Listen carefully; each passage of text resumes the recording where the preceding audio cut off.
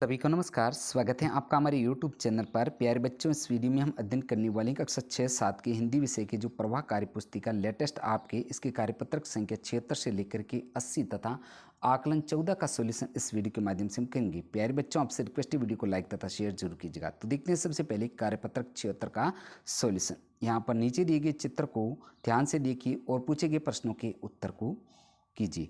तो यहाँ पर जो है चित्र में दिखाई देने वाले किन्हीं 8 वस्तुओं के नाम लिखिए। तो यहाँ पर जो है पुरुष, चौपड़ी, साइकिल, मटका, महिलाएं, बकरी, कुआं, लाठी, ये आपको लिखना है वस्तुओं के नाम। आगे इस चित्र में घरों की छत किस सामग्री से बनी ही? तो सरकंडे, बांस तथा घास आदि से बनी ही। नेक्स्ट है आपके गांव या शहर में कौन कौन से पेड़ हैं? तो नीम, केला, बबूल, पपीता, अमरूद, खेजड़ी, बरगद और शीशम। आगे 4 नंबर आपके घर की छत किस सामग्री से बनी है? लिखी। तो सीमेंट, बजरी, पत्थर, मिट्टी, सरिया आदि से। घरों के किवाड़, खिड़की किस सामग्री के बनते हैं? तो लकड़ी, लोहा, एल्यूमिनियम, कांच आदि से बनी है। नेक्स्ट आगे बढ़ते हैं, कार्यपत्रक 77 का सॉल्यूशन देखते हैं। समाचार पत्र को पढ़कर दिए गए प्रश्नों के उत्तर लिखिए। तो प्यारे बच्चों, ये समाचार पत्र है, इसको आपको पढ़ना है। अब इसके प्रश्नों के उत्तरों को देखते हैं। यह समाचार पत्र प्रकाशित हुआ 17 अगस्त को। हादसा हुआ रविवार को। समाचार पत्र कहाँ से प्रकाशित हुआ? जयपुर से। यह खबर किसके बारे में है? तो सड़क हादसों के बारे में, जिसमें मादा लंगूर किसी वाहन की चपेट में आ गई थी। नेक्स्ट है 5 नंबर, लंगूर के बच्चे ने लोगों की दी हुई चीज़ें क्यों नहीं खाई? तो क्योंकि उसकी माँ मर गई थी। और 6 नंबर प्रश्न, आप घटनास्थल पर होते तो क्या करते? अपने विचार लिखिए। तो हम प्यार से उस बच्चे को फल खिलाते। नेक्स्ट है कि 7 नंबर, सड़क दुर्घटनाओं में हर दिन बहुत से जानवर मर जाते हैं। इन दुर्घटनाओं को रोकने के लिए आप अपनी ओर से क्या सुझाव देना चाहेंगे? तो सड़क पर पर्याप्त रोशनी हो, दोनों तरफ दीवार या तारबंदी हो और वाहनों की स्पीड कम हो। नेक्स्ट आगे बढ़ेंगे, देखते हैं कार्यपत्र 78 का सॉल्यूशन। कहानी कविता का अपने शब्दों में वर्णन कीजिए। तो प्यारे बच्चों, एक कविता है, इसको जो है आपको पढ़ना है।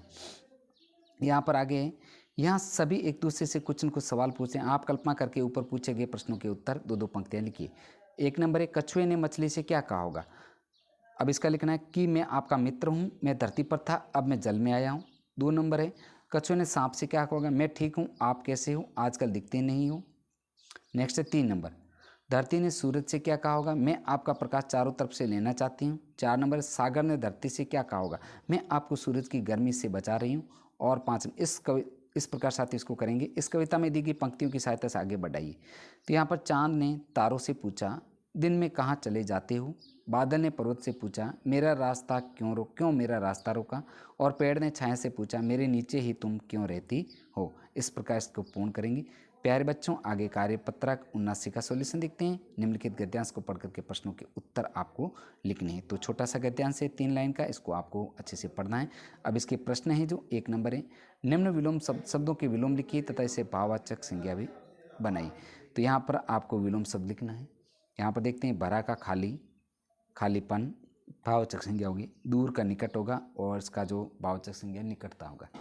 नेक्स्ट आगे 2 नंबर प्रश्न, प्रस्तुत गद्यांश का उचित शीर्षक लिखिए, यानी कि सादगी से युक्त जीवन, सादा जीवन इस शीर्षक हो जाएगा। बढ़ेंगे आगे 3 नंबर, व्यक्ति की महानता का प्रतीक है सादा जीवन। 4 नंबर, निष्कपट शब्द का अर्थ है कपट रहित। 5 नंबर है, सादगी भरा जीवन, मन को पवित्र। नेक्स्ट आगे, सोने पे सुहागा होना मुहावरे का अर्थ है, यानी कि बेहतर को और बेहतर बनाना। इस प्रकार पूर्ण करेंगे। आगे कार्यपत्रक 80 का सॉल्यूशन, निम्नलिखित संवाद को पढ़कर प्रश्नों के उत्तर को लिखिए। तो प्यारे बच्चों, ये संवाद है, इसको आपको पढ़ना है और पढ़ करके प्रश्नों के उत्तरों को देना है। यहाँ पर जो है प्रश्न 1 है, युद्ध से दुम को दुमाकर कौन भागा? बहलोल लोदी। दुम दमाकर भागना मुहावरे का अर्थ हैं डर कर भाग जाना। 3 नंबर है, हिंदू धर्म के प्रमुख ग्रंथ रामायण, गीता, वेद हैं। इसी तरह इस्लाम, ईसाई और सिख धर्म के प्रमुख धर्म ग्रंथ हैं। लिखिए। तो इस्लाम कुरान, ईसाई बाइबल, सिख गुरु ग्रंथ साहिब आदि, यानी कि इस्लाम का कुरान हो गया, ईसाई का बाइबल हो गया, सिखों का गुरु ग्रंथ साहिब हो गया। इस प्रकार पूर्ण करेंगे। आगे 4 नंबर, एक अच्छे शासक के क्या गुण होने चाहिए? उत्तर आपको लिखना है, देशभक्त, बहादुर, जनता का सेवक, सुख दुख में साथी, धर्मनिरपेक्ष, सभी का मान सम्मान करे आदि गुण होने चाहिए। 5 नंबर है, छत्रपति शिवाजी ने कहा, स्त्री और धर्म का तापमान करने के लिए नहीं, सम्मान के लिए होते हैं। क्या आप इससे सहमत हैं? क्यों? लिखिए। हाँ, क्योंकि नारी सम्मानजनक होती हैं। जहाँ नारी की पूजा होती है वहाँ देवता निवास करते हैं। बढ़ेंगे आगे 6 नंबर प्रश्न, आप भी ऐसे कोई 2 महान पुरुषों के नाम लिखिए जिसने धर्म और स्त्री का सम्मान किया। तो आपको महात्मा गांधी और स्वामी विवेकानंद का नाम लिखना है। आगे है आकलन 14 का सॉल्यूशन देखते हैं प्यारे बच्चों। यहाँ पर निम्नलिखित गद्यांश को पढ़कर दिए गए प्रश्नों के उत्तर आपको लिखने हैं। तो यहाँ पर जो है आपको गद्यांश को अच्छे से पढ़ेंगे। अब इसके प्रश्नों के उत्तर आपको लिखना है। 1 नंबर है, सभी बच्चे प्रतीक्षा कर रहे थे शुक्रवार की। कहानियों का पूरा संसार होता था गुरुजी के थैले में। नेक्स्ट आगे 3 नंबर, गुरुजी का पारिश्रमिक क्या था? बच्चों के चेहरे पर खुशी ही गुरुजी का पारिश्रमिक था। 4 नंबर है, पूरा ब्रह्मांड गुरुजी के थैले में होता था, कैसे? क्योंकि गुरुजी के थैले में कहानियों की किताबें, पंचतंत्र, जातक कथा, पौराणिक चित्रकथा, पौराणिक कथा आदि सभी प्रकार की किताबें होती थी। 5 नंबर है, किसको कहानियाँ पढ़ने की लालसा थी? तो बच्चों को कहानियाँ पढ़ने की लालसा थी। आपको किस तरह की कहानियाँ पढ़ना अच्छा लगता है? तो हमें चित्रकथाएँ पढ़ना अच्छा लगता है। 7 नंबर है, लंगूर के बच्चे को संभाला, उत्तर है लोगों ने। 8 नंबर, सादा जीवन प्रतीक है महानता का। 9 नंबर है, ऊपर गद्यांश से 5 संज्ञा शब्द छांट कर लिखिए। तो गुरुजी, किताबें, बच्चों, पक्षी, नदी आदि संज्ञा शब्द हैं।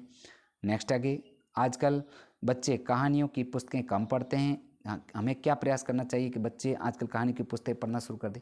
तो हमें चित्रकथाएं वाली कहानियों की किताबें बच्चों को देनी चाहिए, जिससे प्रभावित होकर बच्चे पुस्तकों को पढ़ना शुरू कर दें। तो प्यारे बच्चों, इस प्रकार जो है हमने इस वीडियो के माध्यम से आपके आकलन 14 तथा कार्यपत्रक संख्या 76 से 80 तक का सॉल्यूशन इस वीडियो के माध्यम से किया है। प्यारे बच्चों, आपसे रिक्वेस्ट है, वीडियो को लाइक तथा शेयर जरूर कीजिएगा।